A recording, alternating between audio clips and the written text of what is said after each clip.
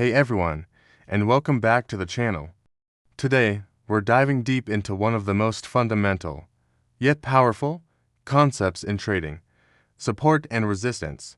If you've ever looked at a chart and felt completely lost, wondering why the price suddenly stops, turns around, or rockets off in one direction, then this video is for you. Mastering support and resistance is like getting a roadmap for the market. It won't tell you the future with 100% certainty, nothing can, but it will give you a massive edge by showing you the key battlegrounds where buyers and sellers are fighting for control. So, what exactly are these levels? Let's start with the basics. Imagine a tennis ball. When you drop it, it hits the floor and bounces back up, right? In trading, that floor is your support level ***. It's a price level where a downtrend is expected to pause to a concentration of demand, meaning buyers are stepping in, thinking, this is a great price to buy. They see value, so they start buying, which overwhelms the selling pressure and pushes the price back up. Think of support as a safety net for the price. The more times the price hits this level and bounces, the stronger and more significant that support level becomes. Now, let's flip it. If you throw that same tennis ball up in the air, it hits the ceiling and comes back down. That ceiling is your resistance level ***. Resistance is a price level where an uptrend is expected to pause or reverse. Why? Because there's a surplus of supply. Sellers look at this price and think, this is a fantastic price to sell and take profits. Their selling pressure overcomes the buying pressure, and the price gets pushed back down. So, if support is a floor, resistance is a ceiling. Just like support, the more times a price hits a resistance level and fails to break through, the stronger that level is considered. Alright, now for the fun part. How do we actually find these levels on a chart? The simplest way is to look for swing highs and swing lows. A swing high is the peak of a price move before it turns back down. A swing low is the valley of a price move before it heads back up. Connect at least 2 or 3 of these swing highs with a horizontal line, and you have a potential resistance level. Do the same for the swing lows, and you've got a potential support level. The key is to look for areas where the price has reacted multiple times in the past. History tends to repeat itself in the markets because human psychology, fear, and greed doesn't change. But here's a pro tip. Support and resistance are not exact, laser-thin lines. It's much better to think of them as zones, or areas. The price might poke a little above a resistance line or dip slightly below a support line before reversing. This is what we call a false breakout or a test of the level. So, instead of drawing a single line, try drawing a thin rectangle or a zone that covers the cluster of wicks and candle bodies in that area. This gives you a more realistic view of where the real battle is taking place and helps you avoid getting stopped out prematurely. Now, let's talk about one of the most powerful concepts in trading: the role reversal. What happens when a support level breaks? When the price finally smashes through that floor, the whole dynamic changes. That old support level often becomes a new resistance level. Think about it. All the buyers who bought at that support level now in a losing position. If the price ever rallies back up to their entry point, what are they going to do?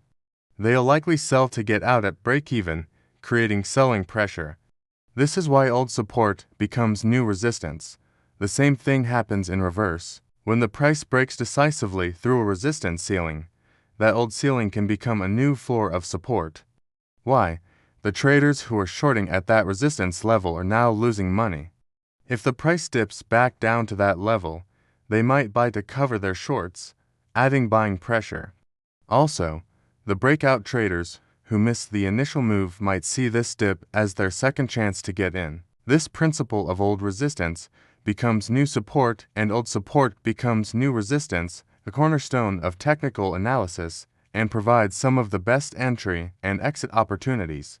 So, how do we use this information to actually trade and predict reversals? The magic happens when the price approaches a strong, established support or resistance zone. This is where you need to pay close attention. We don't just blindly buy at support or sell at resistance. That's a rookie mistake. Instead, we look for confirmation . We want to see how the price behaves when it gets there. We look for candlestick patterns that signal a reversal. For example, at a key support level, you might look for a hammer, a bullish engulfing pattern, or a morning star. These patterns show that buyers are stepping in with force and are starting to win the battle. Conversely, when the price approaches a strong resistance level, you'd look for bearish reversal patterns. This could be a shooting star, a bearish engulfing pattern, or an evening star. These patterns indicate that sellers are taking control and the uptrend is losing steam. Combining the location, the support or resistance zone, with these candlestick confirmation signals dramatically increases the probability of a successful trade. It's about waiting for the market to show its hand before you place your bet. Patience is a virtue, and in trading, it's a profitable one. Let's add another layer to this: trend lines. Support and resistance don't always have to be horizontal. In a clear uptrend, you can draw an ascending trend line connecting the higher lows. This trend line acts as a dynamic support level. As long as the price stays above this line, the uptrend is considered intact.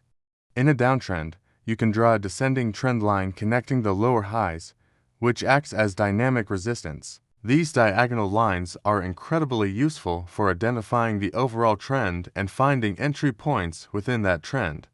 A bounce off an ascending trend line can be a great buying opportunity, while a rejection from a descending trend line can be a signal to sell. So, to recap, here's your action plan. First, pull up a Charteni chart. Zoom out to get the big picture. Start by identifying the most obvious swing highs and lows. Draw horizontal lines or zones connecting these points to map out your key support and resistance levels. Look for levels that have been respected multiple times. Then, identify the current trend and draw your trend lines. Now, watch what happens when the price approaches these critical areas. Don't act immediately. Wait for a clear candlestick reversal pattern to confirm that the level is holding. This simple, systematic approach will bring so much clarity to your trading and help you stop guessing and start analyzing. This is a skill that takes practice. Don't expect to be a master overnight. Open a demo account and just practice drawing these lines. Watch how the price reacts. See how often old support becomes new resistance. The more charts you analyze, the more your eyes will become trained to spot these key levels almost instantly. It becomes second nature. And when it does, Uline have a powerful tool in your trading arsenal that can help you catch major turning points in the market. Thank you so much for watching all the way to the end.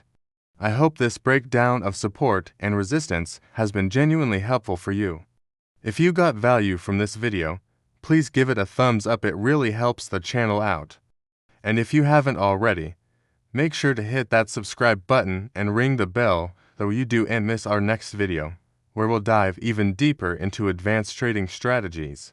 Leave a comment below with any questions you have or what topic you'd like to see next. Until then, trade smart, and I'll see you in the next one.